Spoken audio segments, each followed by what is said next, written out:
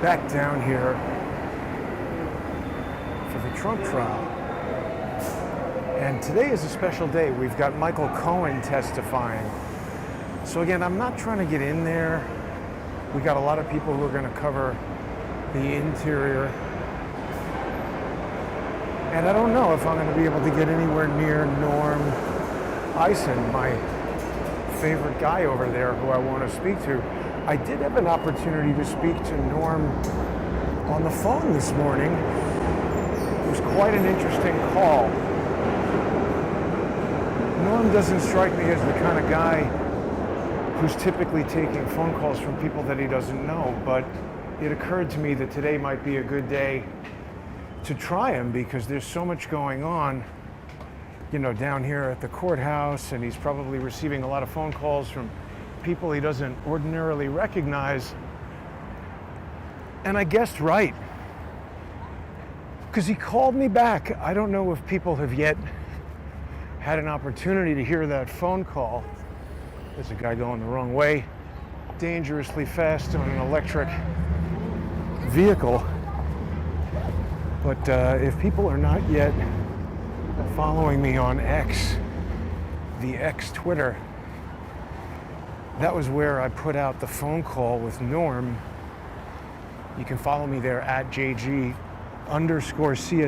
Let's give a listen to it. Hello. Norm? Yes. It's Jason Goodman. How are you? Fine, Jason. How are you? I'm very well. Are you down at the courthouse today? I am. I wanted to see if I could schedule a time to come and speak to you because I'm very curious about this relationship between Michael Cohen and Felix Sater. How come you aren't speaking about Felix Sater at all? You know who he is, right? Jason. Yeah, Jason, I'll need to call you back. When can I meet you down at the courthouse, Norm? This is very important. Felix Sater is an FBI asset, and I believe you, through the Lawfare Institute, have framed Donald Trump from the beginning. Whoops. Isn't that interesting? Norm doesn't want to talk about Felix Sater. Reminds me of somebody else we know who doesn't want to talk about Felix Sater. Oh yeah, who was that? Andrew Weissman, remember that? Had a conversation with him. Ask us questions, and let me just remind you that you get the microphones going. Yes. First, I want to thank the panel for allowing us all to sit in on this very interesting podcast conversation. I have a question for Professor Weissman. Democrats in Congress, specifically John Conyers, admonished your predecessor at the FBI. John Conyers said she broke the law with the national security letters, violating the Fourth Amendment. Can you tell us, did the members of the House Permanent Select Committee on Intelligence know of your secret 25-year relationship with the intelligence asset Felix Sater when he testified in 2017? So I don't know Felix Sater. Really? You signed an agreement with him in 1998 and another one in 2017. It was released in 2019 by The Intercept. Why are you lying to these NYU students, Professor Weissman? Okay, well, I don't know. You personally recommended to Robert Mueller. You said in your book that you personally, you said he lied. He said he doesn't know Felix Sater. Read the book that this man wrote. He said that he told Robert Mueller to bring in Felix Sater. Felix Sater is the Russian developer of Trump Tower Moscow. I think you planted an intelligence asset to testify against the rightly elected 45th president of the United States. You, sir, are a fraud. You should be in jail, Andrew Weissman. So people have seen that video before. I confronted Andrew Weissman down at NYU Law. He said he doesn't know Felix Sater, but he mentions Felix Sater 11 times by name in his book, Where Law Ends. And he even says that he personally recommended to Robert Mueller that they bring in Felix Sater. What's with the ice cream man going through the red light? Driving on the wrong side of the street? From there? Crazy. Anyway, he didn't want to talk about Felix Sater. So why am I talking about Felix Sater? Today, everybody is talking about Michael Cohen. But it seems surprising to me how many people don't realize that Michael Cohen shared an office in Trump Tower with Felix Sater. And there's all this email communication back and forth between Felix Sater and Michael Cohen right around the time all this Stormy Daniels stuff is going on. It seems incredibly obvious to me that this is a crew of people that were trying to set Trump up, much in the same way that they've tried to set me up, right? And when it doesn't work, they become sort of locked in with certain idiots like Michael Cohen, who now need to clean up the mess. It's remarkably similar to what's going on with some of the idiots who have been sent to try to destroy Crowdsource the Truth and to stop me from bringing everybody information. Incidentally, this is interesting. Did a great show with John Cullen last night, another Web of Deception episode, and there's a lot of social engineering that goes on around those episodes.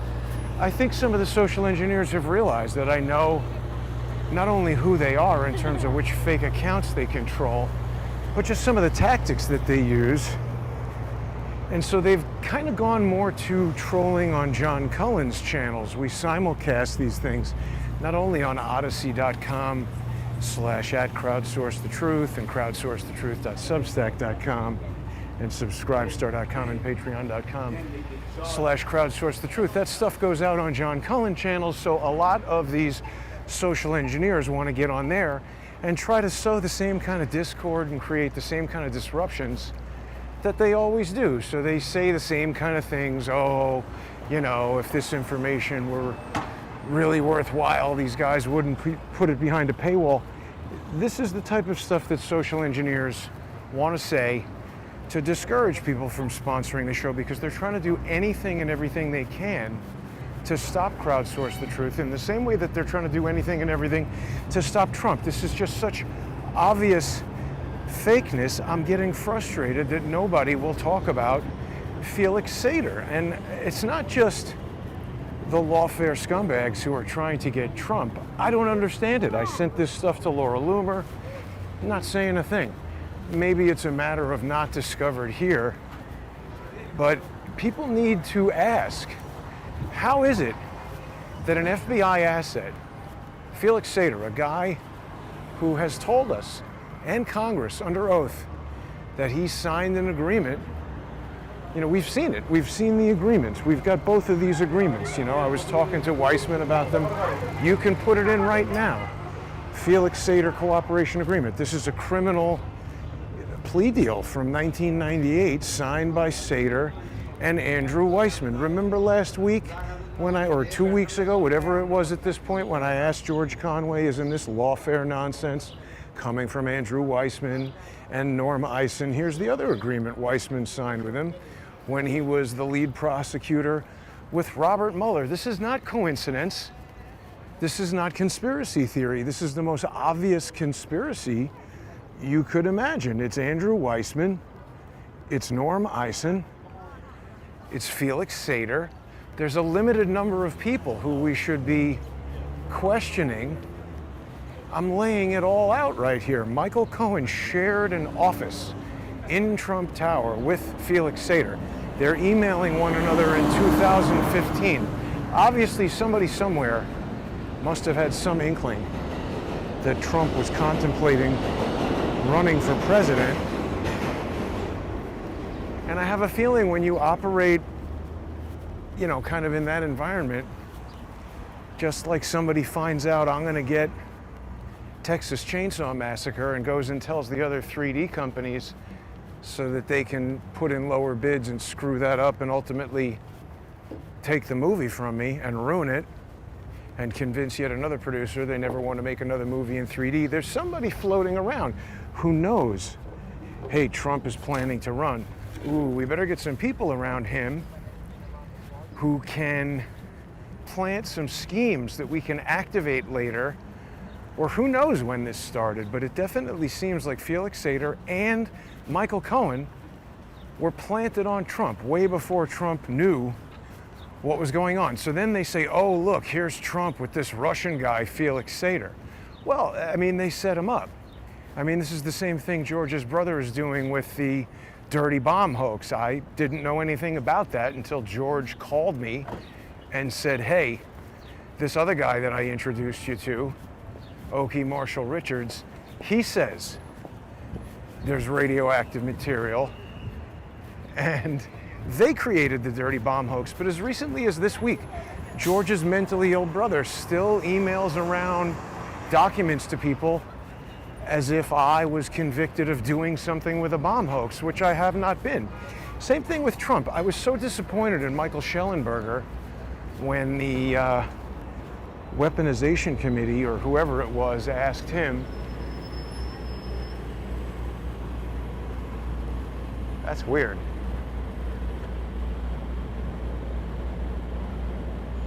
I don't know what that's about. But when the Weaponization Committee asked Michael Schellenberger, do you think Russia hacked the 2016 election? He said yes. But what evidence supports that claim? Here, we got a lot of these. Lying is not leadership. You gotta vote. This is all propaganda. I mean, what we need, there's so many idiots who are supporting Norm Eisen on Twitter. They get upset when I post things about Felix Sater and they say, oh, it's all BS. What does that mean? What kind of argument is that? How is it BS? Felix Sater had an office in Trump Tower, same office as Michael Cohen. Is that a coincidence? Felix Sater, remember, is the same guy. He was the only client of my attorney, Jonathan Snyder, in the NATAS v. MSD case, brought about by the president and CEO of the National Academy of Television Arts and Sciences, Adam Sharp, after I allege he received an email from George's brother, and that email has been so jealously protected, it's treated like a piece of national security information. Judge Caproni, that thing was protected by a stipulated order of protection, and she determined that I violated the order of protection, which I did not. But this is how they do it. They put gag orders on people. So again, I don't think we're going to get anywhere near Norm Eisen no matter what I do. Now, the good news is the process of applying for a press pass has indeed been given over to the city of New York, no longer handled by the NYPD. And they're quite expeditious in sending you lots of information about why you're not going to get it. But they're not going to allow you over there. And even if I got in there and started talking to Norm, we can tell by what he said this morning. Right. Oh, so many. He could put in there for hundreds of years. Based on the conversation with him this morning, I don't think he's going to talk to me, even if I could get in there. Because when I got him on the phone, he said, oh, I'm going to have to call you back.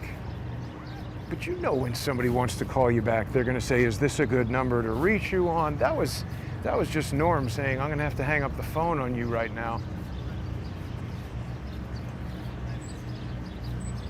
And not call you back.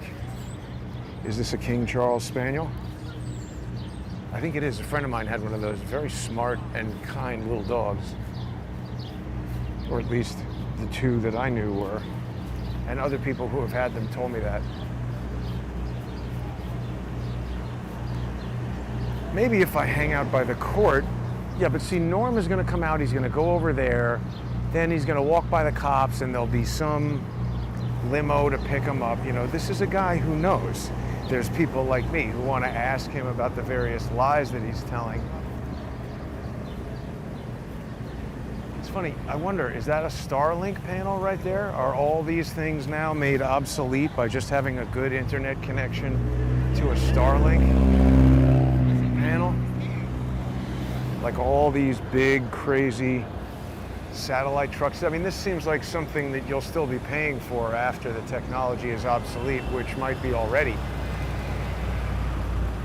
But what do people think about that? That Norm, they just don't want to talk about Felix Sater. Why aren't Trump's lawyers saying, hey, Michael Cohen, didn't you have an office with this guy who was working for Andrew Weissman and Robert Mueller? Can you give us some details of how all that got set up? Like, what was the timing of that? When did Felix Sater, we saw that deal. It was September 2017 or something like that he signed this deal. Felix Sater did with Andrew Weissman. And so he's a cooperating witness with the Mueller investigation. Did Michael Cohen know that? When did Cohen stop being Trump's lawyer? Let's find out. When did Trump fire Michael Cohen? 2018, Rudy Giuliani announced that Cohen was no longer Trump's lawyer. So that means when this deal was signed with Andrew Weissman, we're going to have to go through this whole video again for a second. But this was a cooperation deal. The first one is 1998, when he stabbed somebody in the face. Nice guy. So that's signed by supervising Assistant U.S. Attorney Andrew Weissman. And remember, Valerie Caproni had just left the Eastern District of New York Organized Crime Division. This thing says September 19th, 2017. So September 19th, 2017, very good friend of Michael Cohen, Felix Sater, signs that agreement. Not until May the following year that Giuliani announces that Cohen has been fired. So what is going on between Felix Sater, Michael Cohen? Here's the Mohawk guy guarding the court. But what is going on in that nearly 1 year period with Michael Cohen, Felix Sater? And so when does all the Stormy Daniels stuff happen? So the New York Times seems to think that Michael Cohen's testimony is going to shape this hush money trial, but I don't understand how we can have a conversation about Michael Cohen, his representation of Donald Trump, and everything that went on with Stormy Daniels, without understanding this relationship between Michael Cohen, Felix Sater, and Donald Trump. Because if you haven't heard about Felix Sater, or if you've only heard about him peripherally, Google his name. There were a lot of articles about him when he was testifying back in 2017. By the way, there's a lot of weird things about his testimony. He first didn't show up when he testified for the House Permanent Select Committee on Intelligence. Then he did show up, but I think they came to New York to get testimony from him. He was the only person they did that with. It's quite weird. But it's Sater who explains to them that, he was finding Osama bin Laden's cell phone number and doing all kinds of stuff with North Korean nuclear missiles. I mean, this is not just some Venezuelan gang member that they plucked out of Rikers Island and placed into a street protest the following day. This guy is a highly developed FBI, CIA, whoever the hell he's working for. The guy's an intelligence asset at the highest level for 25 years. He's winning all kinds of awards from the FBI and the CIA. Look what the hell is going on over there. And look at this, TRX. God, it looks crazy in person, doesn't it? These 800 horsepower trucks have a lot of, it's like a hood scoop here, I guess, for the supercharger. Yeah, look, it's got the T-Rex right on it. TRX.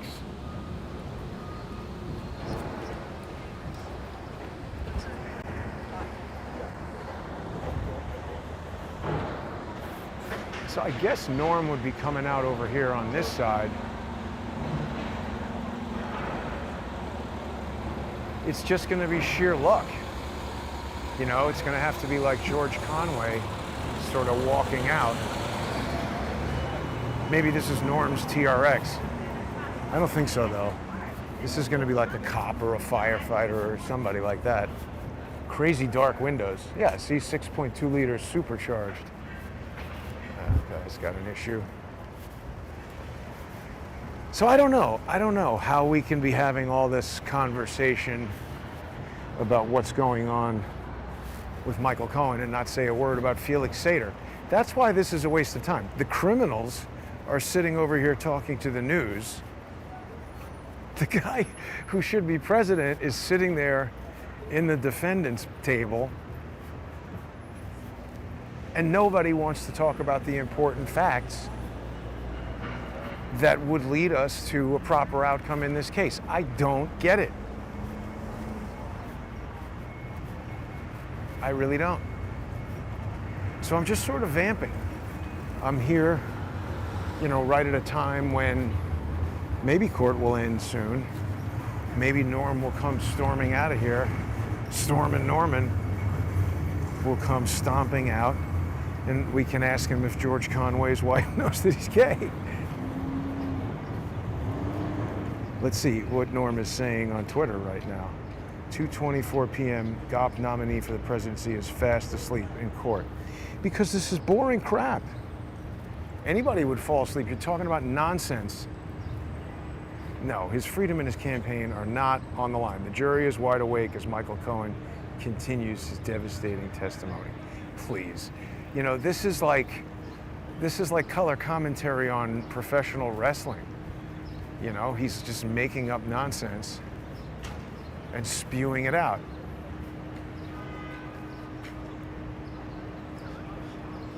But this is where we will, see when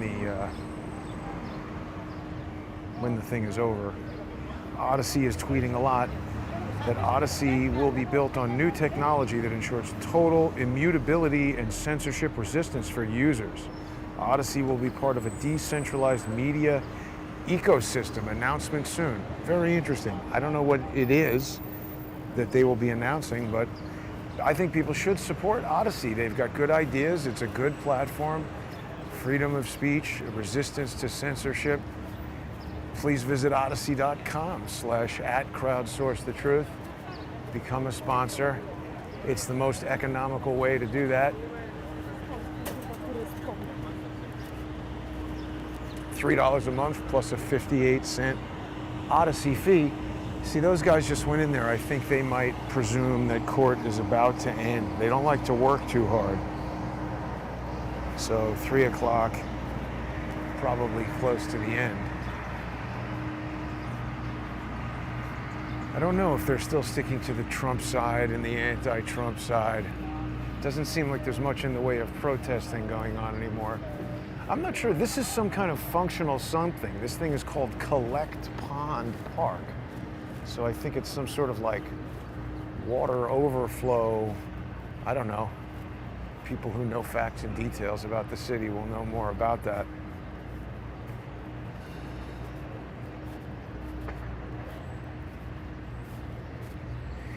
Even this morning, Trump was saying it's locked down out here like crazy. He's right. It's much more restricted access than you would normally get.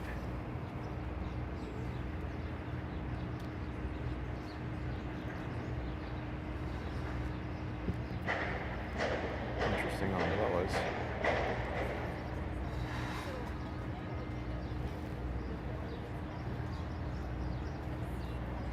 It's interesting. See, those guys got right in there. Maybe they had a press pass.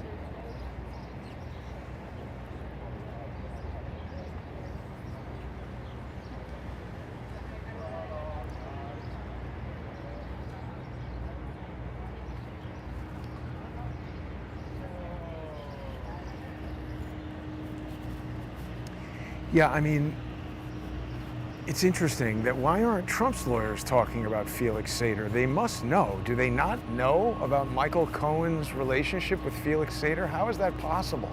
I always think, how could I know this and they don't? And then when I try to tell them, everybody I tell resists it.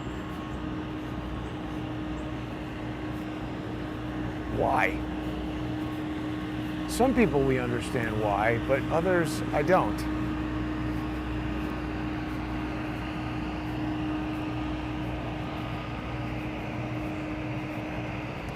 This is interesting, you know, just days after I spotted George Conway over here, that's when that article came out saying that they're having Zoom calls with George Conway and Andrew Weissman and Norm Eisen, and that those guys are, you know, planning all this lawfare stuff.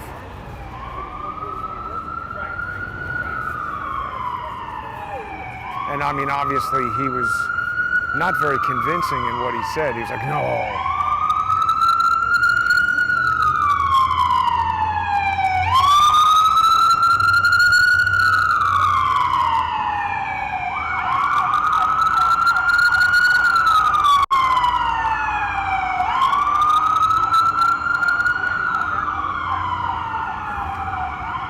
So people should definitely retweet this stuff. Go on to Twitter, go on to X, at JG_CSTT.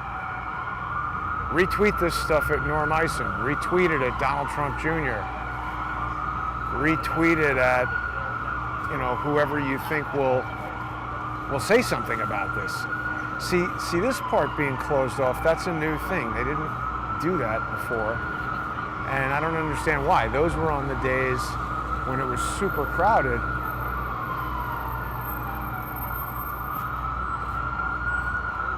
The eyes are always watching.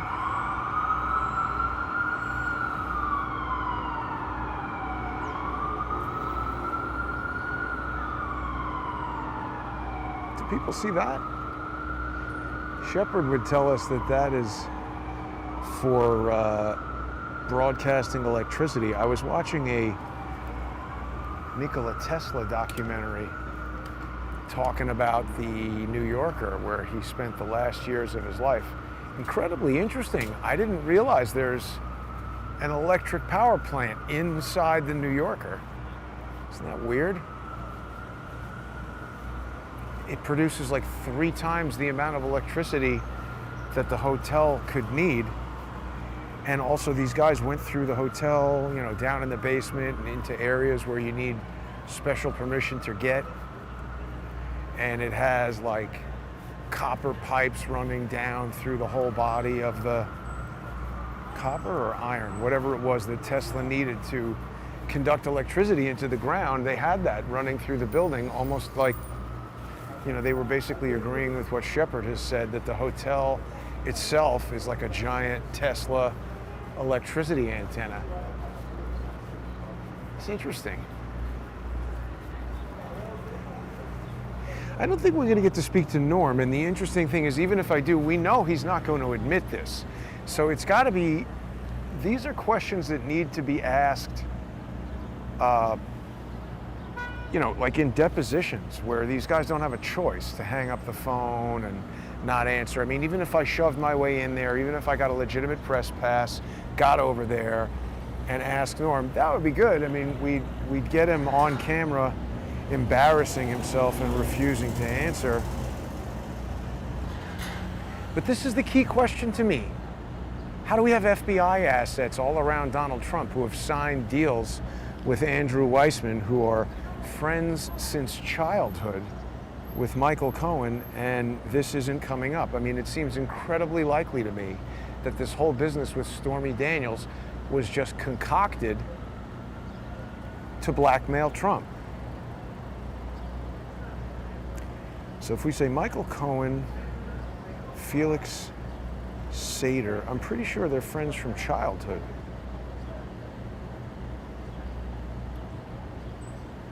Let's see. Felix Sater, key figure, how a lawyer, a felon, and a Russian general chased a Moscow. This is 2018, the New York Times. How a lawyer, a felon, and a Russian general chased a Moscow Trump Tower deal. I mean, again, these guys, they get all around Trump. The role his former lawyer, Michael D. Cohen, played in this endeavor entered the spotlight again on Thursday. This is 2018. after he pleaded guilty to misleading Congress.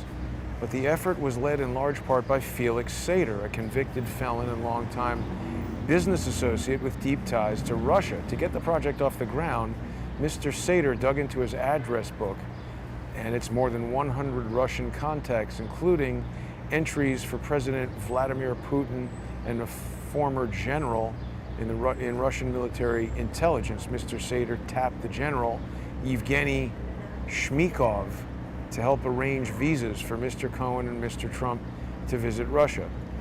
So, I mean, this is a guy that the FBI has known for years is super embedded with Russian intelligence and helping them find out things about Afghanistan and whatever. I mean, this is what happens when the FBI wants to set you up.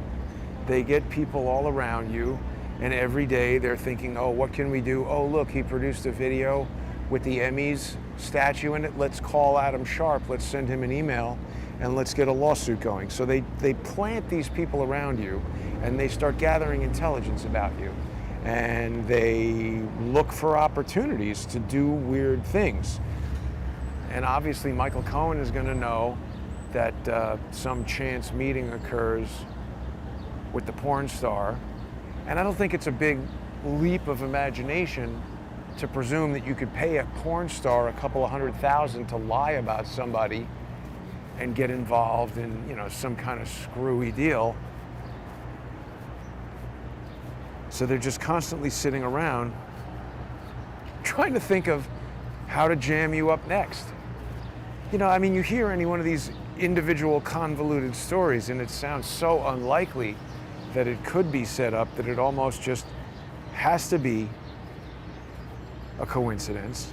But at the same time, we see all these people know each other and are doing nothing but spending all their time every day trying to get Trump. And so when you do that, I guess these ideas come to you and opportunities present themselves. I mean, it's like anything, you know. When you're in the midst of making a movie and you've got everything set up, sometimes the best shots you get are accidents. But it's an accident because you have the camera set up on a mountain at sunset and just something happens that looks so super great. You're there with everything set and ready and waiting. Yeah, see, all these guys know that court is about to end, so they're getting set up to go record people.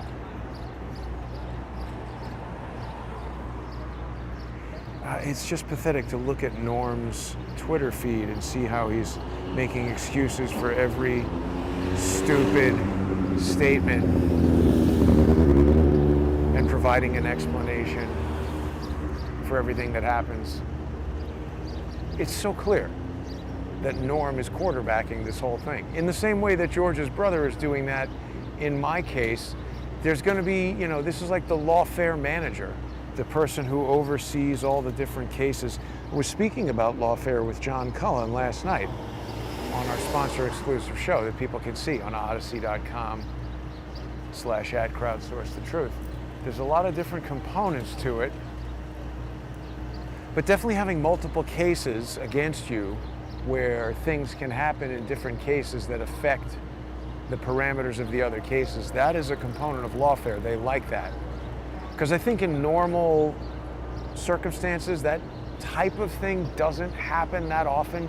Generally, if you have a legitimate case against somebody, you have some kind of beef, right? There's a breach of contract, some sort of tort, where these people have done something, and you bring a complaint. It's generally not going to be, hey, I have a complaint, and then there's 4 or 5 different lawsuits related to that complaint. Maybe that would happen, but generally no. And so it's strange to me that in these lawfare cases like mine, Trump's, you got 4 or 5 different cases going at the same time. That's a component of it. Because obviously, if paying one lawyer is going to drain your resources, paying 4 or 5 is going to drain it even more. And most people, if you have a lawyer, you might have one lawyer who you trust, and maybe that's a law firm that can handle your case and another case. But can they handle 4 cases for one client at once?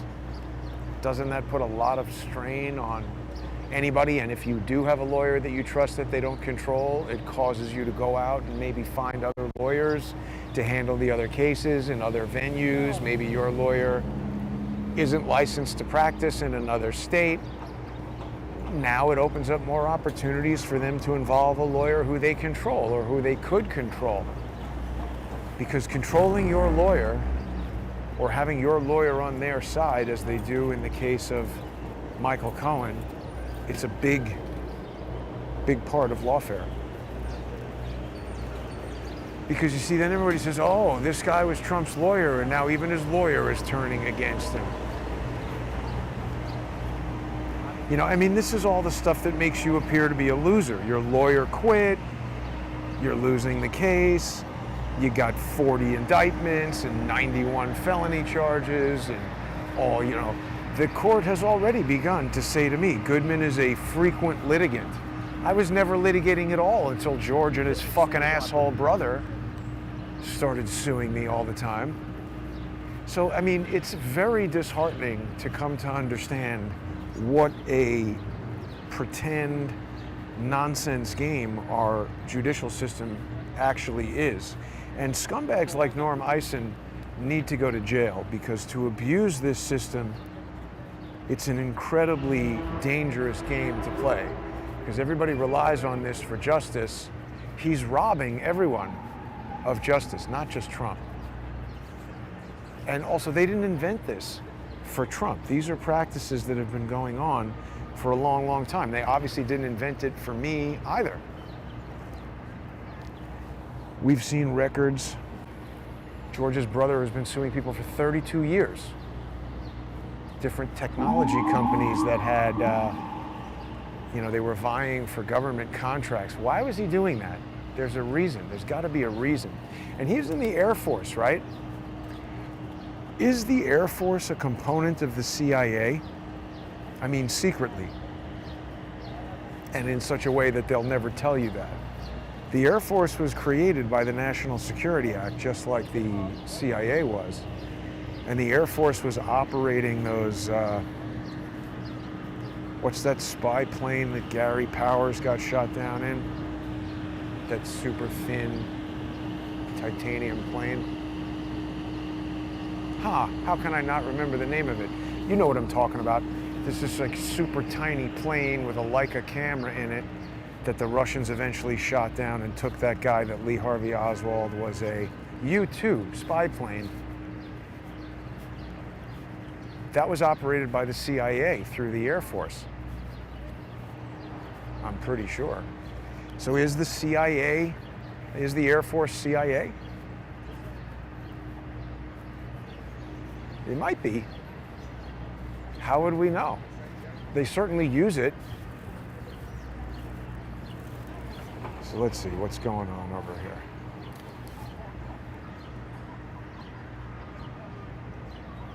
Looks like they're getting ready to report. The lights have come on.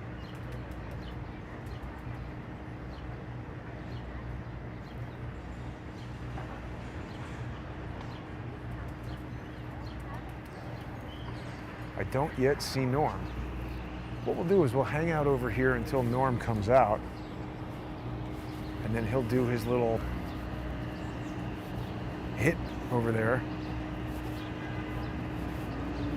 And then I'll try to talk to him. I'll say, Norm, listen, have a serious conversation with me. How can you not talk about this? You're obviously trying to hide important evidence. Felix Sater had a long-standing relationship with Michael Cohen and seems to have been involved in a plan to frame Trump.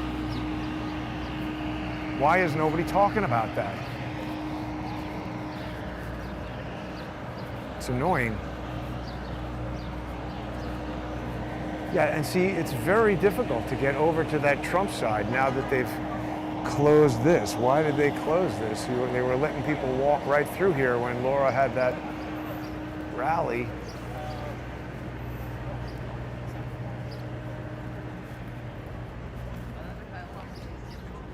Yeah, I better stay here and just watch and see when Norm comes out, right? Yeah. I'll just walk back over this way when it happens.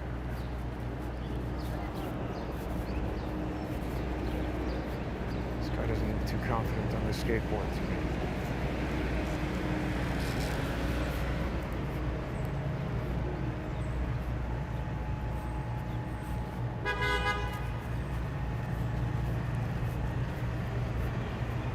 That's family court. Thankfully, never had to be in there. That guy was driving really fast on an electric bike in this thing.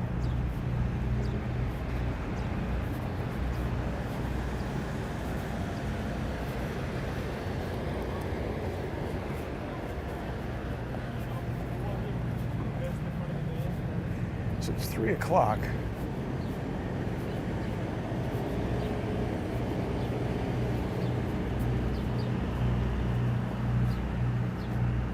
I really wish Trump's attorneys would bring up Felix Sater. I mean, he should be in there testifying about what was going on.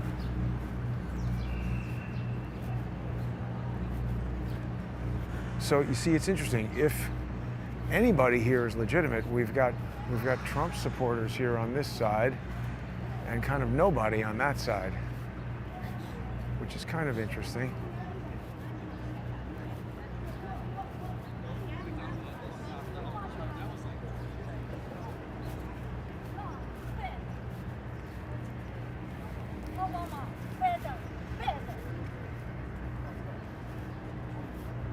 You're not going to Not made right. Not made right. So the FAA used to do the inspection part. One of them was in the tower. But the FAA was doing that, and then they allowed the company He inspected the building, so oversee right themselves. on them about the Shallow back in back 2005. to the Carolinas, They right? dehydrated and started.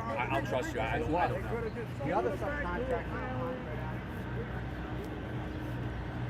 This is a thin crowd over here, but yet they still have tons of cops, and the area is closed down like never before.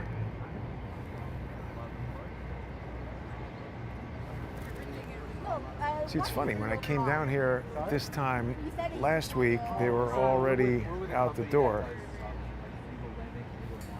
Lawyers, so we have our own podcast. What are you doing out here? You should be in there representing President Trump. No, we're lawyers in Miami. We're not lawyers here. Are you aware of the relationship between Felix Sater and Michael Cohen? Do you know who Felix I don't know Sater who is? he is, no. Felix Sater is the Russian real estate developer, the guy who they questioned about the Trump Tower Moscow. He shared an office with Michael Cohen in Trump Tower, New York for many, many years. And it was revealed in 2019 that he signed 2 cooperation agreements with Andrew Weissman. One in 1998, when he was convicted of felony assault for stabbing a dude in the face. Weissman was the assistant U.S. attorney in the Eastern District of New York, signed an agreement with Sater. Sater was an FBI asset for 25 years. He testified in front of the House Select Permanent Intelligence Committee in 2017, where Sater said that. He signs the second agreement with Andrew Weissman when Weissman is the lead prosecutor with Mueller. No one's asking about this relationship with Sater. It seems quite clear that what's his name, Michael Cohen and Felix Sater are setting Trump up. And nobody's saying anything. Cohen testified today, Felix right? Sater in the Gateway Pundit.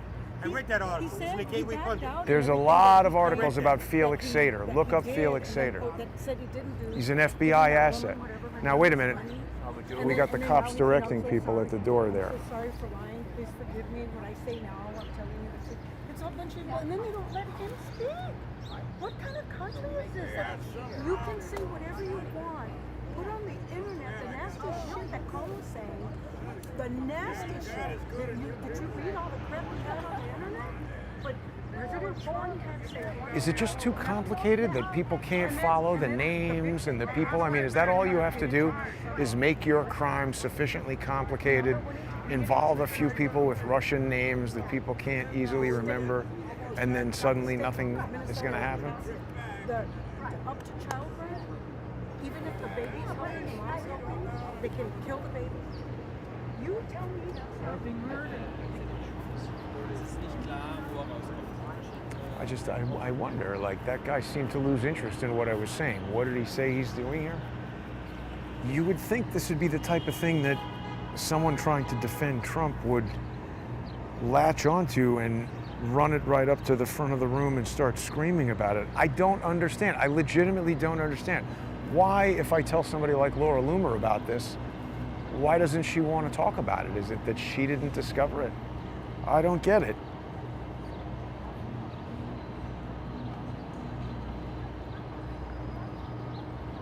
China is buying gold like never before, preparing for something big.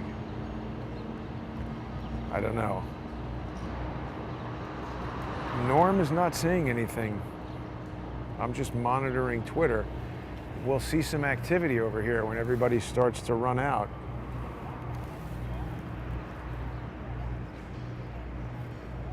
Yeah, always put the light behind the camera operator. It does look like it might rain.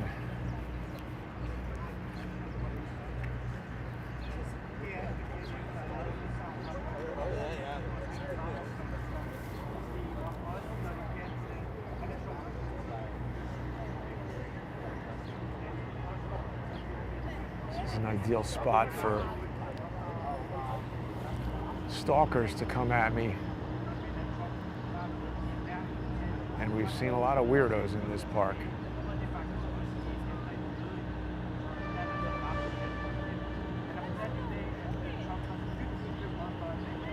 Were you guys in the court?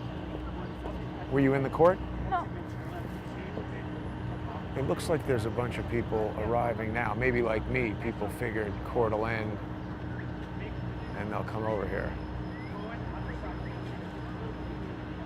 Also keeping my eyes open for, some of the street theater people that seem to love to do all kinds of things.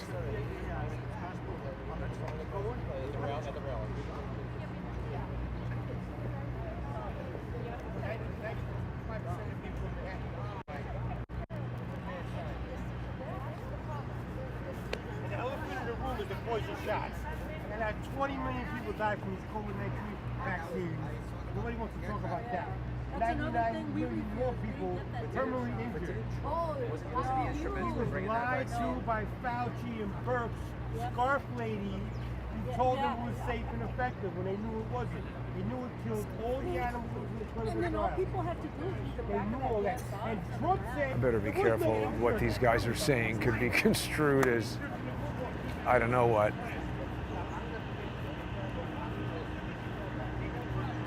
So where are all these people coming from?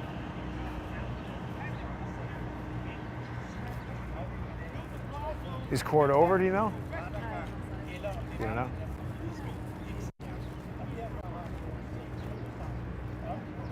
Were you in court? Sorry? Were you in the court? No, I wish I was. Legal as fuck? Are you a Legal lawyer? AF. No, this is from a podcast, Legal AF, Midas Touch Network. Ah, so you're an anti-Trump guy. Hell fuck yeah. Midas, that network is a bunch of liars supporting lawfare. How come no one's talking about Felix Sater and Michael Cohen's long relationship with FBI asset Felix Sater, who I have no clearly idea was who that trying is. to say, Nor yeah, do I right. care. Because if you knew the facts, you wouldn't support that stupid podcast or any of the bullshit it talks about. I guess so. Only ignorant people who know nothing could be on that Mightiest Touch. So I wonder how many people here are like that. Mightiest Touch, that's, who is it that's in charge of that? I'm forgetting the guy's name. But these two dudes are trouble here to obviously rabble-rouse. See, isn't it amazing that when I tell these guys I know who they are and what they're up to, they decide maybe we should leave. But the Midas Touch, they're the ones giving Michael Cohen all of his podcasts. I was looking into that a while ago. I'm forgetting off the top of my head exactly who's involved in that. But it's a crooked deal. And that's why they walked away when I said that. You don't know who Felix Sater is. I mean, these are a bunch of people who decide an outcome based on their mood and then just seek out data points to support their conclusions, their false conclusions. And if you ever raise any evidence that refutes what they're talking about, they just say, oh, that's BS.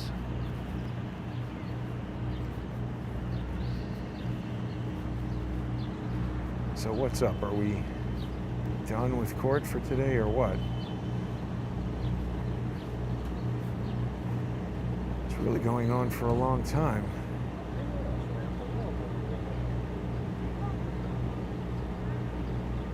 Yeah, see, because what they're relying on is not the facts. This is all...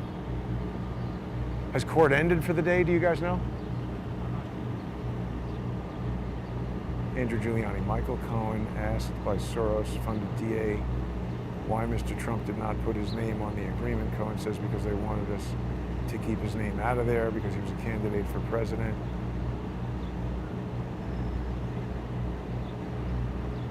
Fannie Willis appeal hits the Georgia Court of Appeals.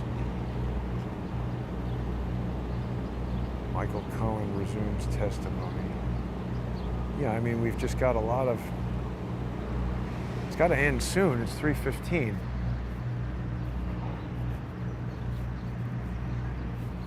I guess everybody had the same idea I had, just leaving work, trying to see what's going on with court. So there was Medea's Touch guys, I guess, went back over to their side.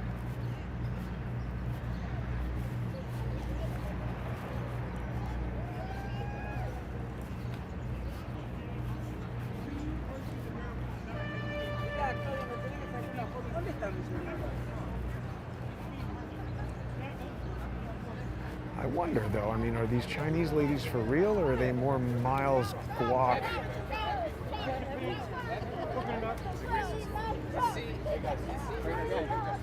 Larry, yeah, all right. I'm from New Jersey. We go to the city all the time. We just happened to be downtown while this was going on, and we wanted to see what was right. Yeah. I grew up in Central. We lived in Miami.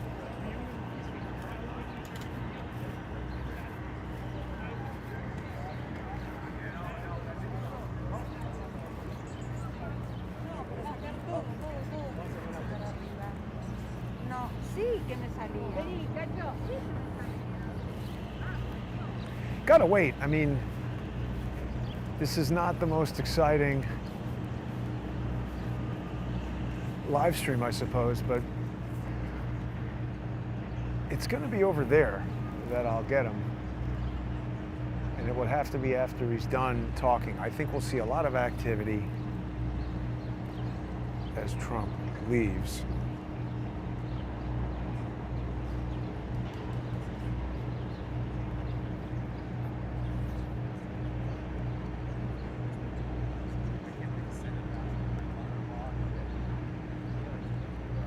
Nice to meet you. Take it easy, guys. Felix Sater. Don't forget that name. But that's an important name for people to look up and to understand what's going on. I mean, he's an FBI asset. This is the FBI versus Trump. See, what I've noticed is all the stuff that I've said about the FBI in court, the court does not repeat it. Like if I say, oh, you know, I'm accusing Valerie Caproni of participating in a conspiracy that began before she was FBI general counsel, they will not repeat FBI. You know, when the judge issues an order, they'll be like, oh, she worked for the DOJ. They won't say FBI. It's almost as if the FBI doesn't exist once you get into court. Like if they do something illegal to you and you want to sue them for it, I don't think that works. Or at least not in practice. Maybe it works on paper. There are ways you can sue the FBI, right? Federal Tort Claims Act. I mean, I'm just making reference to them in the context of other torts and other claims, but they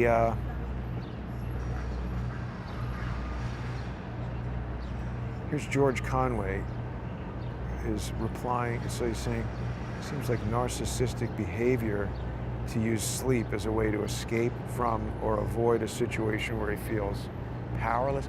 No, it seems like he's bored, stuck in a courtroom where he's forced to listen to a bunch of liars lie about him, a bunch of petty scumbags who have hijacked the system and are holding this city hostage.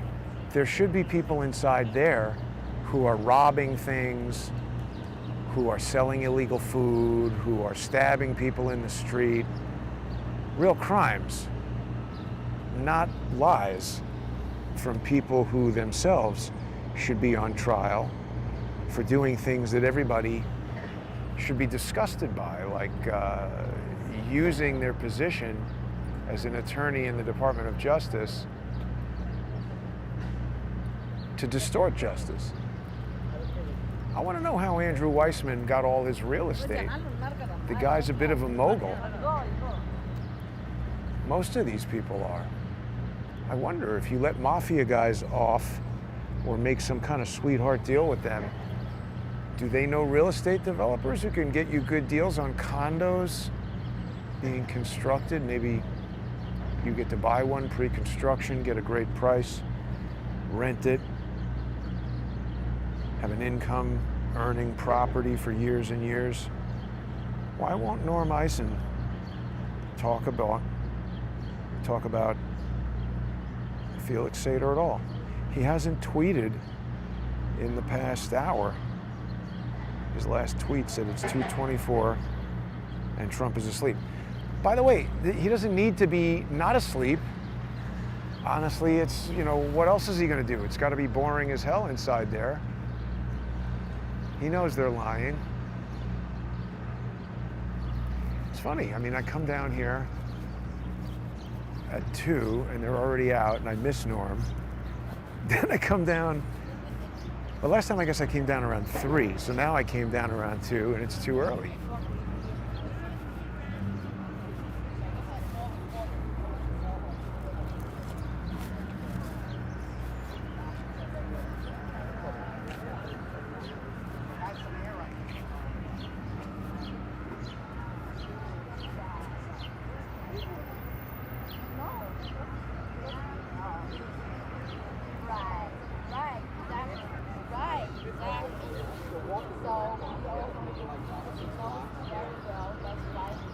I think I actually recognize that lady from Staten Island, but she's never done anything bad to me.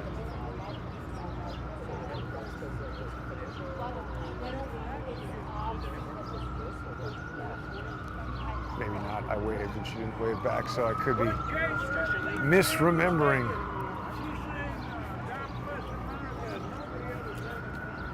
This dude looked like Michael Chertoff, but it's not.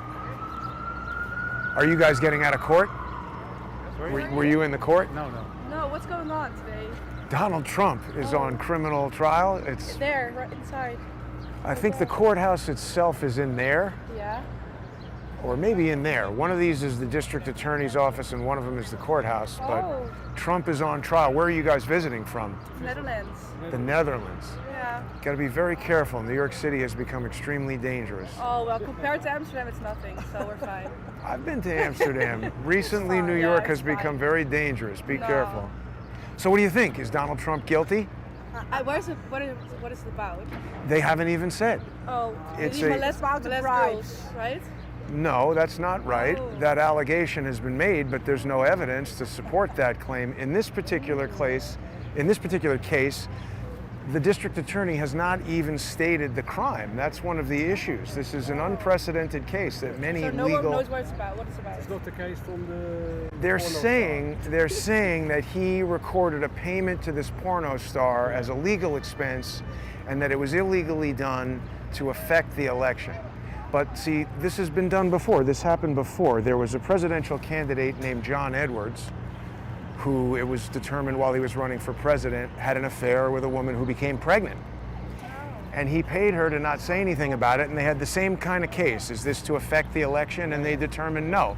Even if he wasn't running for president because he's married, he would have been motivated to do this to keep it away from his wife. So it's already been proven that if you have sex with a woman who isn't your wife while you're running for president, even though that's reprehensible, not illegal, and it's not election interference to pay the woman not to talk about it. So what's actually going on inside there is today, You got a website? You know your stuff. You got a website? Crowdsource the truth. your Crowdsource stuff. the truth. Oh, so What- what's your name? My name is Jason Goodman, and the website is Crowdsource the Truth.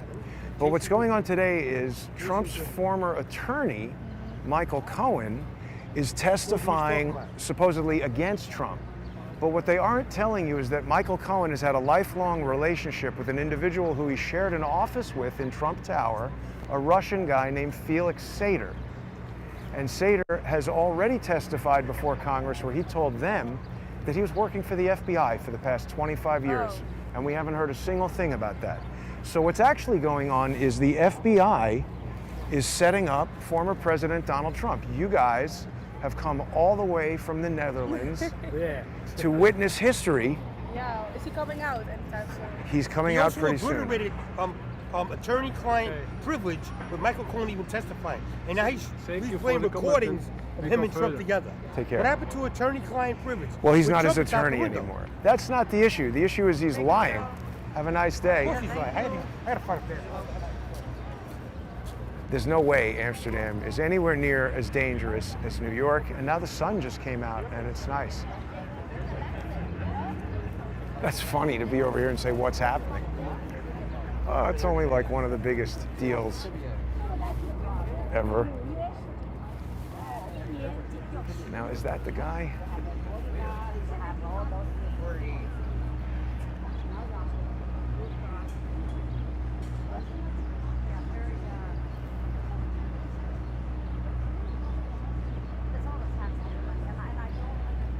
Yeah, attorney-client privilege has nothing to do with it. I think they've already broken that. I mean, at some point that might have come into play. But that's the type of thing they want you fretting over. Attorney-client privilege, and can this document come in or that document come in? You know, this is all itty-bitty details. I don't think you're supposed to go into that pond, Dutch people. But whatever. That's what they want people to focus on, attorney-client privilege and this and that. The point is, this whole entire trial should not be happening, just in the same way that Jack Smith should not have ever been appointed. Why won't Norm Eisen discuss this? No new tweets from Norm. I wonder, does that mean something bad is going on with Michael Cohen inside there?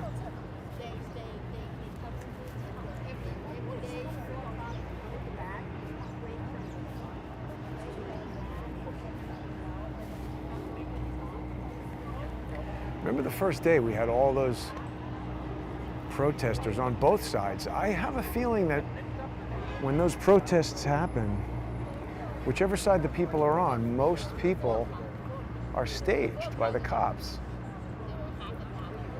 Seems to be the case. Who's an ex-cop that knows about that? That has some insight? Yeah, they stage it because this, that, the other. They must have some reason.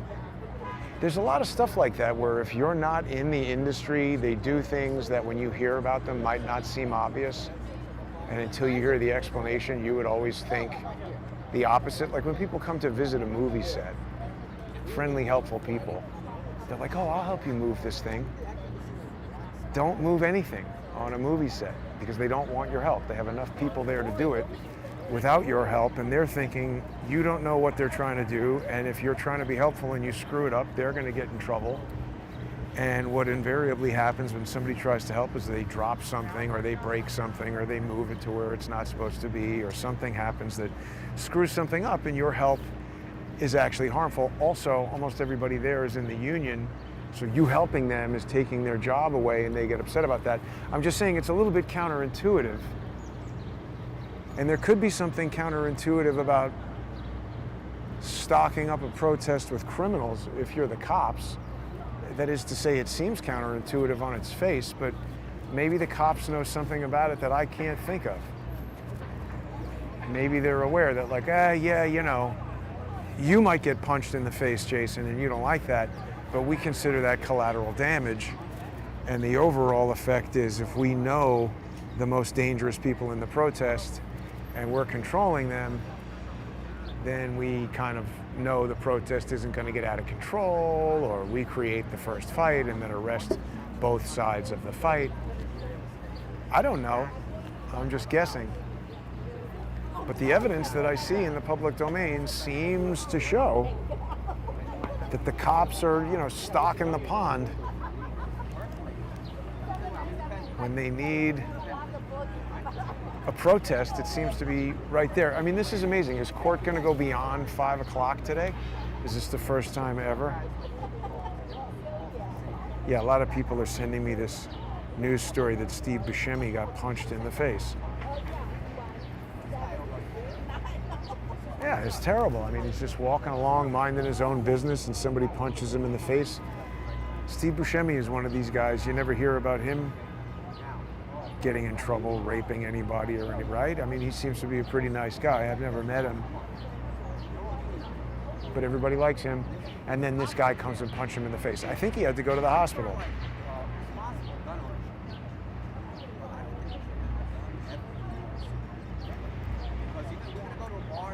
We got nothing from Norm here. See, Norm Eisen has 311,000 Twitter followers, and he's spewing crap out on Twitter. I guess there are real people following him, but yeah, so he's got this book called Trying Trump. He's making money from all this. He should be criminally charged because they're abusing the legal system for their own personal benefit to write books. Same with Weissman. And so that's why George's brother makes the false claim that I'm bringing lawsuits in order to make counter lawfare videos. He wants to somehow have the ability to demonstrate to a judge who's not paying that much attention and doesn't care that much, you know, to try to make some correlation so that a judge will issue an order saying, okay, yeah, fine, cancel this or that channel, and then it could take me a year or more to reestablish that. Same thing that they're trying to do here. They know this process is crooked, but if they can get their crooked result over the line, it could take Trump a year or more to resolve that. And when you're dealing with somebody who's 77, a year, 2, 3, 5 years, and particularly when we have an election coming up, they just care about these milestones. They don't care about what sticks, what's long term. They don't care about even their own reputations in the legal community. Norm Eisen is obviously willing to sacrifice his reputation as an attorney to get this particular piece of crap over the line, because he knows he'll just be able to write books and things. I mean, he doesn't care about being an attorney anymore. I don't know, we're getting nothing here.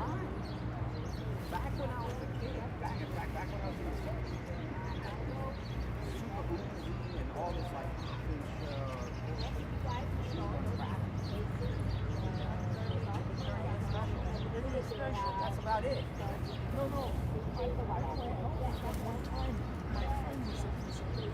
So, see, for these guys, they just like get out here, set up the equipment, stand around drinking coffee.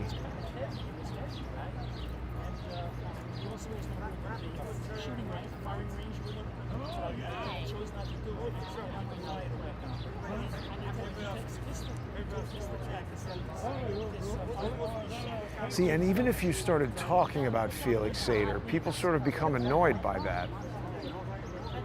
Why is that?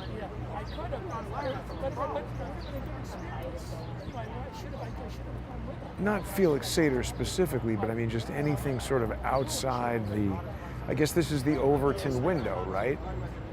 Felix Sater is just not being talked about. So what are you talking about?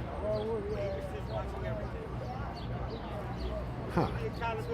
I don't know, nothing from Norm. What are they clapping about?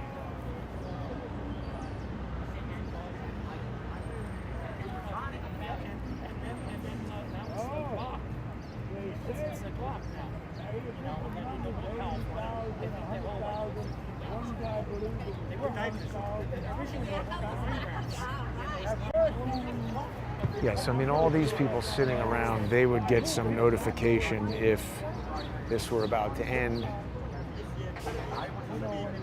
And they would hop to and get ready to do their, you know, their stand-up.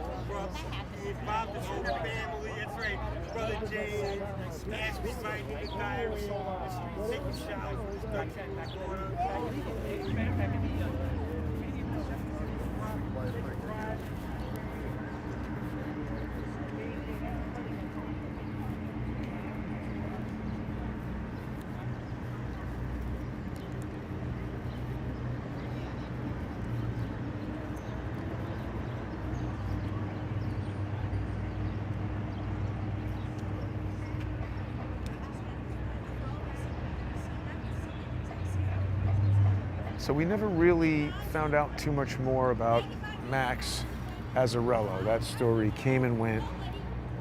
A lot of weird stuff.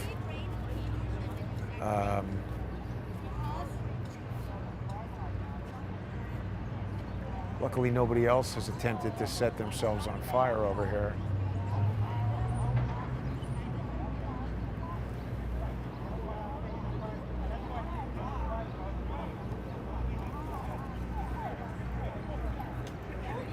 If I put the textbooks back, I would destroy them. I wouldn't give this to the enemy, to the terrorists.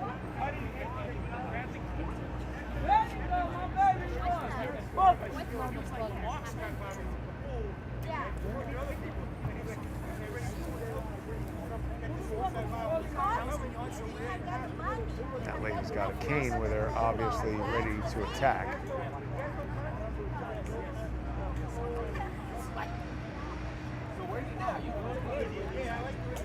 I worked in postal service for 30 years, and then I taught in postal service. I moved to the long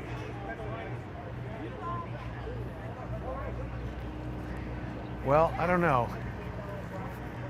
It seems like they've got to end it soon. This is going to be a really long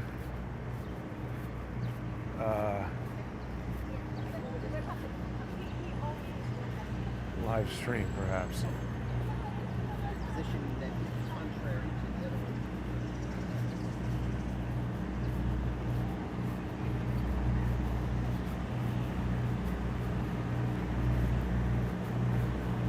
This is like Burnt Thanksgiving over here.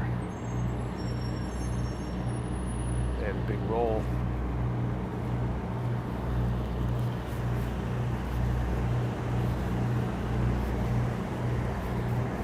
It's a strange sort of temporary encampment down here, the Trump trial. I guess years from now we'll look back on this and remember all the days of coming down here. Some days there were crowds, some days not so much. We had George Conway. Let's get Norm sitting over there under the little umbrellas. This guy's waiting to sell hot dogs. Don't know.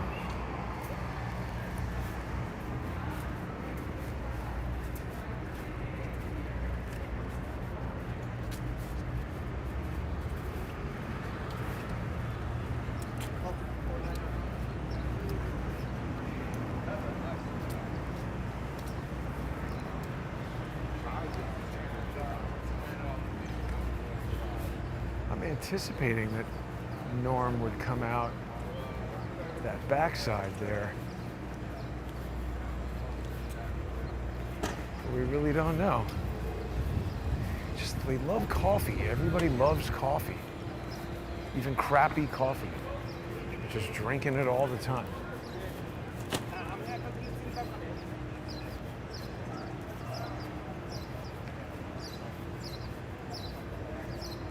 Look at all these cops texting. Why do we need that many people texting?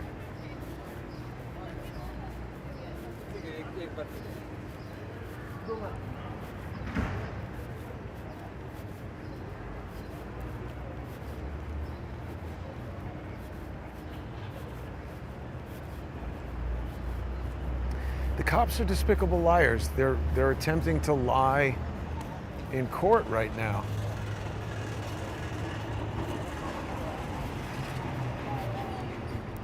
I'm not sure I want to talk about that just yet. That's still unfolding. But they're attempting to lie in court. I don't understand what's going on with this hose. It's just Shooting. Now look, there's a lot of people coming out. Did court just let out? Did court just let out? Did the court just let out? Did the court let out? Did the court just let out? Any of you people speak English?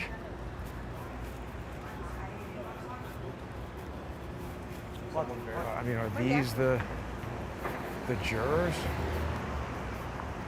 It looks like a lot of people are leaving this building.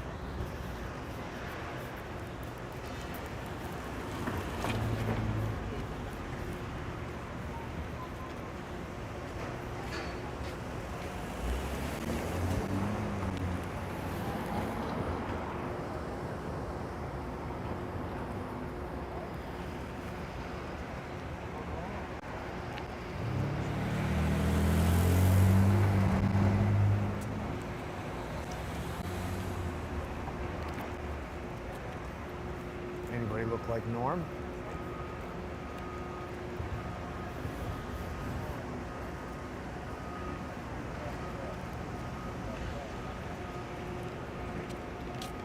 Did court just let out? Did court just let out? These people can't seem to speak English. It's looking like court is letting out.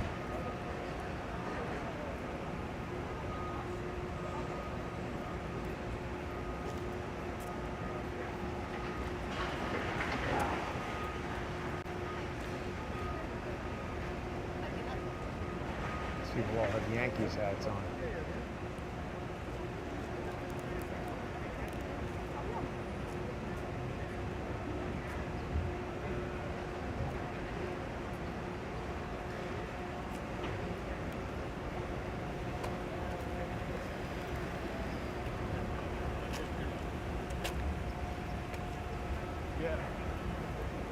Pretty obnoxious to like horn your way into the traffic, the crosswalk while people are crossing. Did court let out for the day? Yes. Yeah, see, I figured as much, but I don't know why it took asking 700 people to get one answer.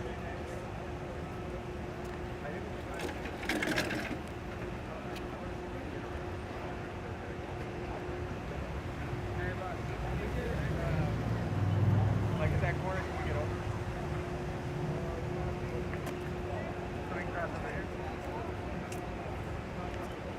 Just sort of waiting here for Norm.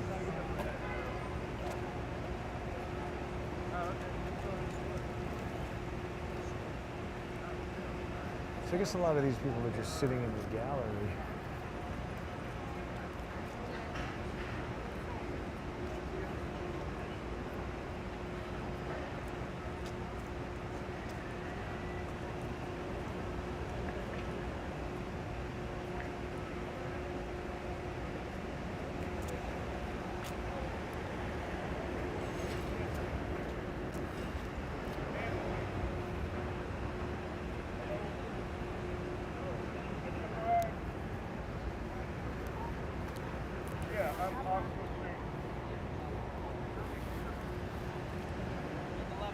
Don't really know how long Norm would linger over there. By the news people, he probably would do, you know, MSNBC, CNN. I've really only seen him on those two. So maybe we can catch him. Just ask him. Norm, why didn't you want to talk about Felix Sater? Just stay this way. I know you know who he is.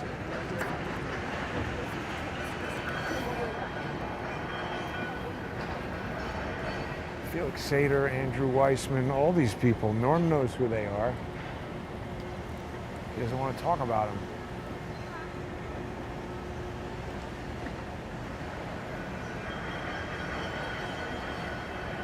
Weird.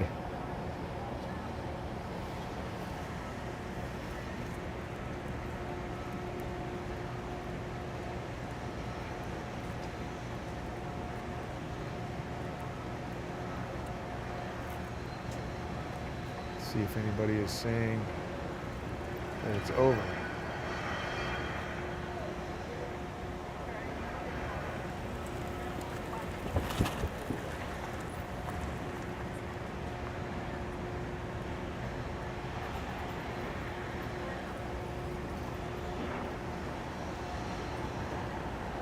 Yeah, people are starting to get it that Norm doesn't want to talk about this.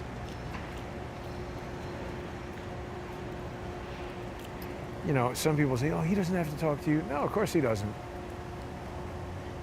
But if I wasn't drilling into something that burns down his whole ridiculous narrative, he would have something smarter to say.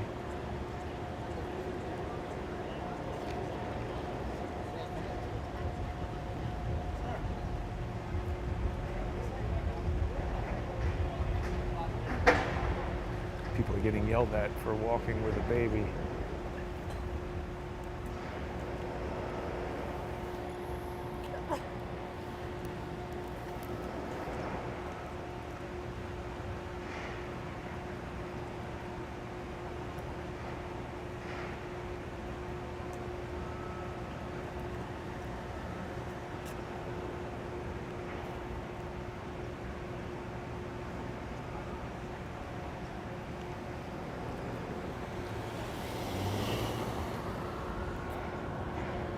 See, I can't imagine Norm is going to say too much because when I was here,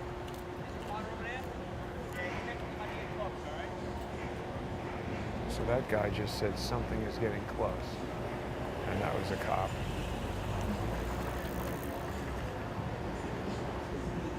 So I guess Trump leaving will be one event, and then will Norm be speaking before or after that? You know, he's just going to be tucked in up there with the CNN dopes.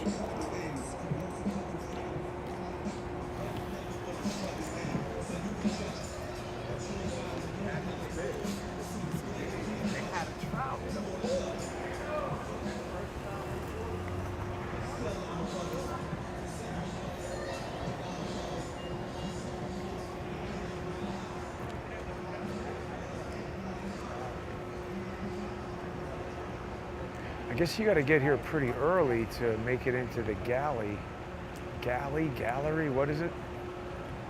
The audience there in the courtroom. Maybe it's the gallery. If it's the galley, you'd be making food.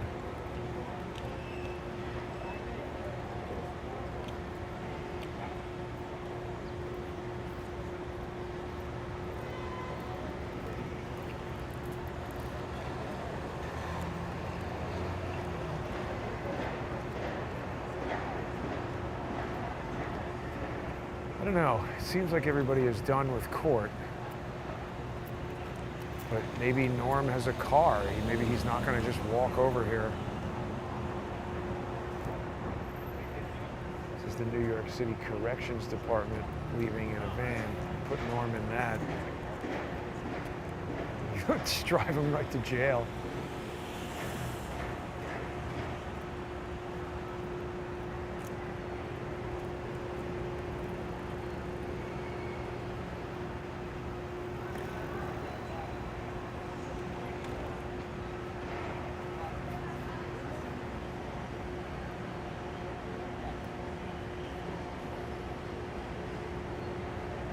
I guess Norm would also be not tweeting if he was getting ready to appear on MSNBC or something like that.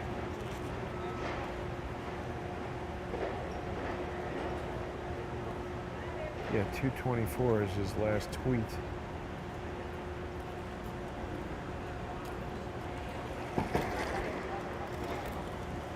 That bike.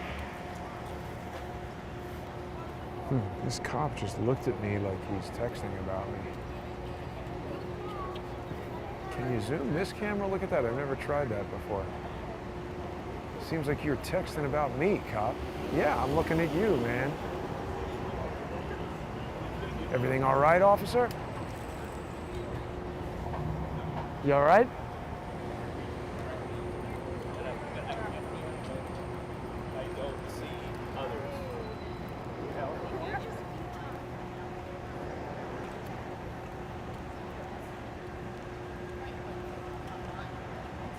This is a pretty dangerous little corner right here. All these people eager to get out of court. Lawyers, I think, don't mind if they run people over. So they figure they could just sue you. Yeah, I think lawyers do develop this notion that they're somehow above the law. See, Norm is probably going to just walk back into the building and exit by car over there. I think I'm wasting my time to stand here. He's not going to walk out over here. He would go back into the building and probably exit through this garage. He's going to have special access to this.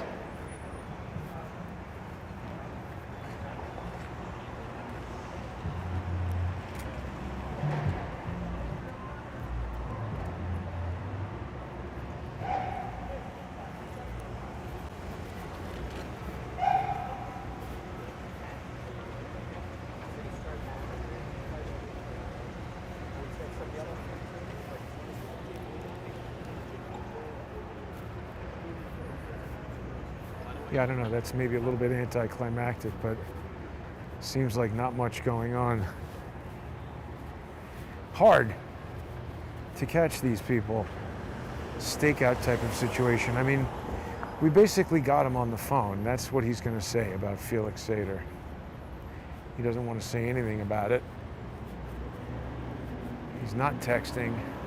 I'm sure if we walk back over there, we might see him talking to CNN. Or perhaps he's finishing right now, and by the time I get there, he'll be gone.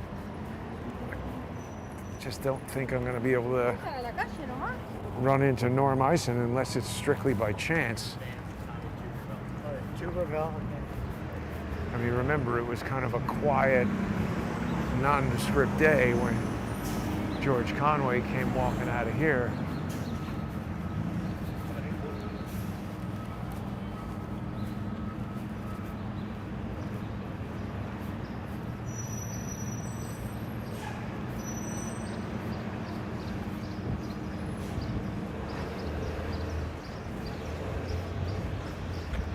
Let's just poke into the park and see if we've got news people talking. That'll indicate, I mean, I don't know, I can't tell from Twitter if the day is done.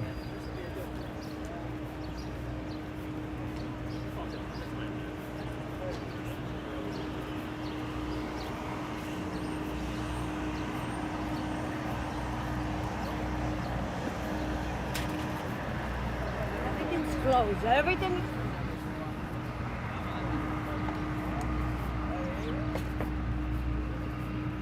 Closed. It's very strange what's going on here as far as who's here.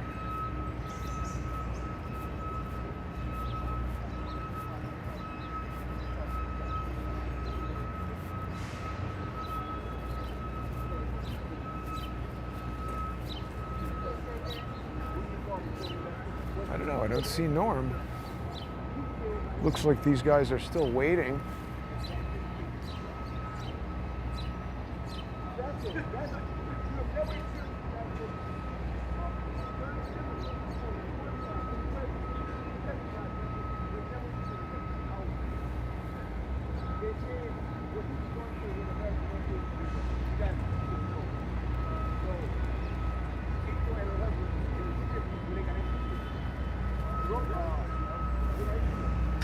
Crowd's getting bigger at the pro-Trump section.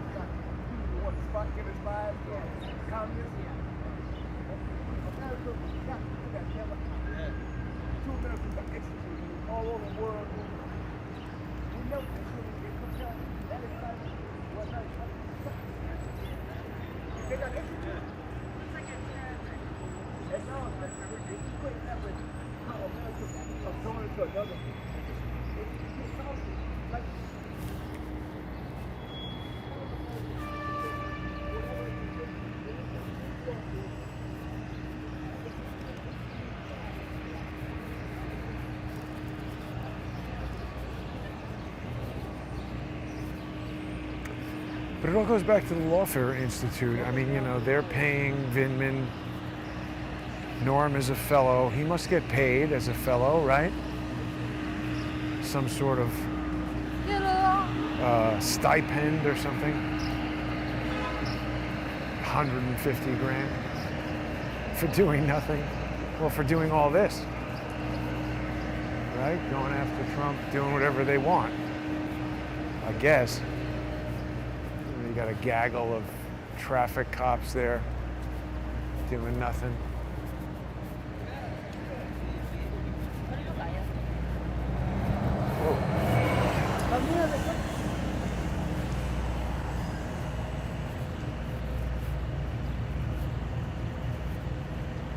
This is turning into a very long live stream.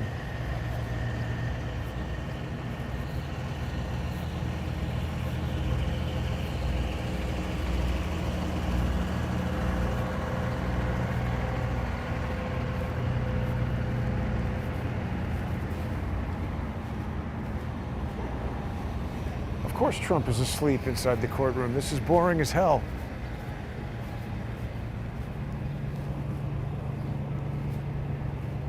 Is that smoking and texting, or maybe just texting?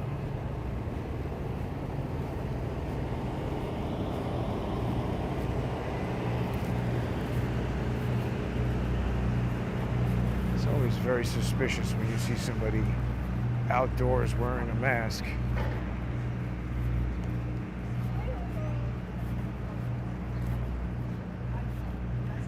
Yeah, I think any of these in-person public events, I'm just so super skeptical of them now.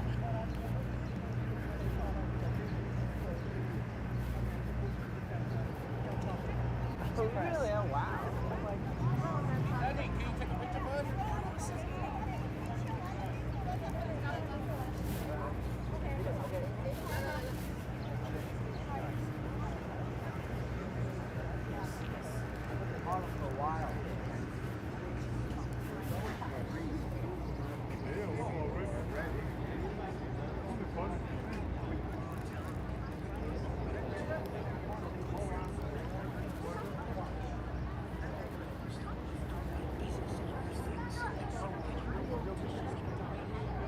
I don't know, we had previously Anderson Cooper and all those kind of morons here.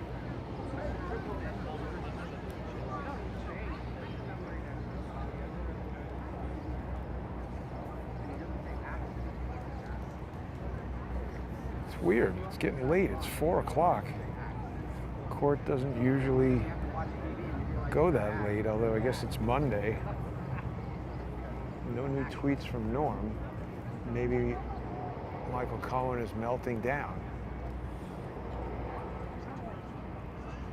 What do we got? What are people saying?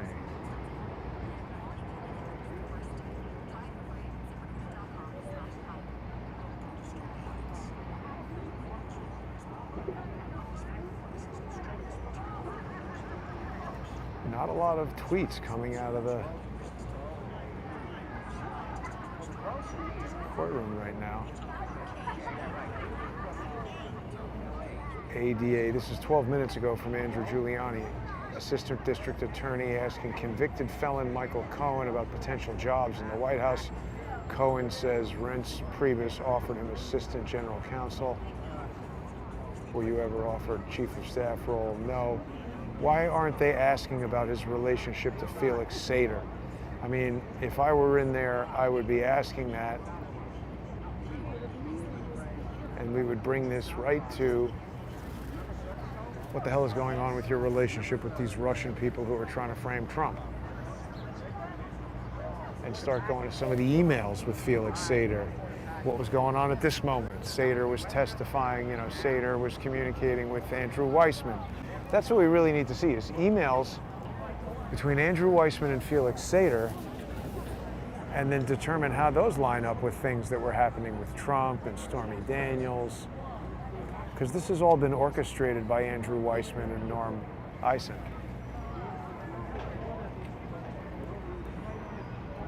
Now we can kind of see the cops through there. And they're making like hand signals to each other. Looked a minute ago like something might happen.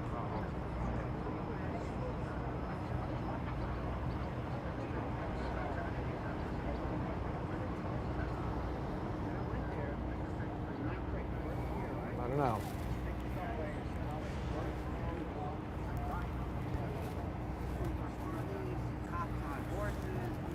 Beating each other up.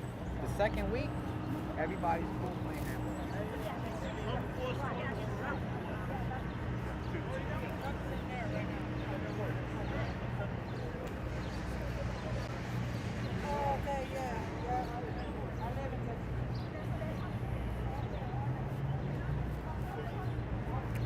That guy's rolling a joint.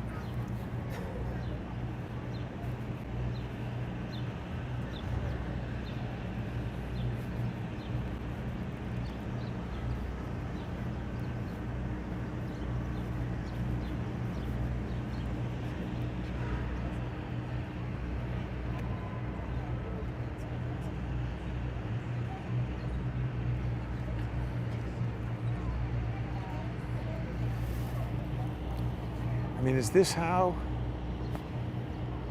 democracy in the United States ends, in this boring, slow process of lies here at this kind of dingy court, this crappy park in New York City?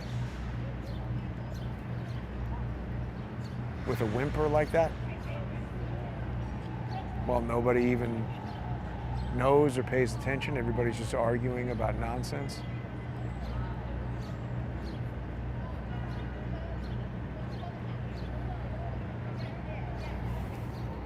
Could be.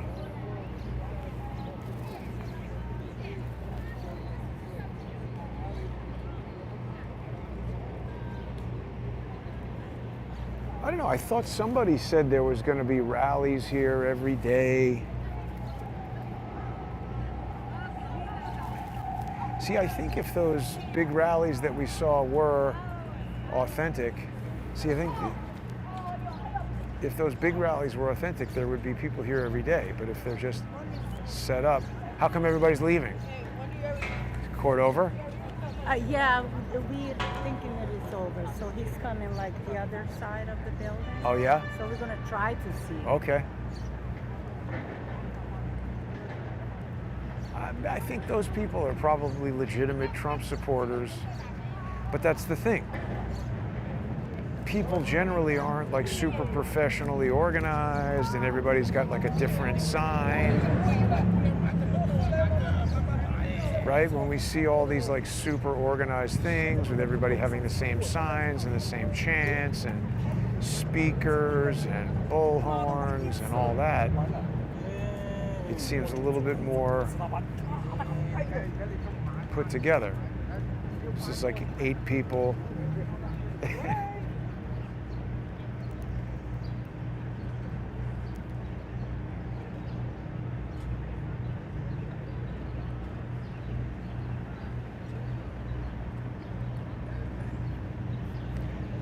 Yeah, I don't know.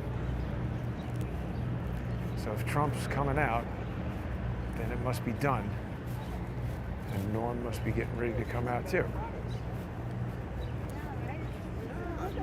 You guys here with the nice slipper?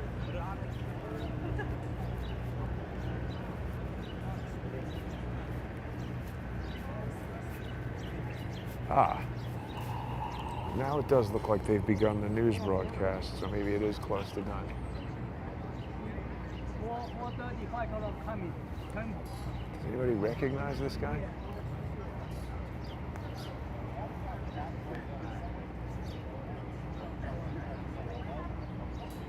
It says CBS on the hat.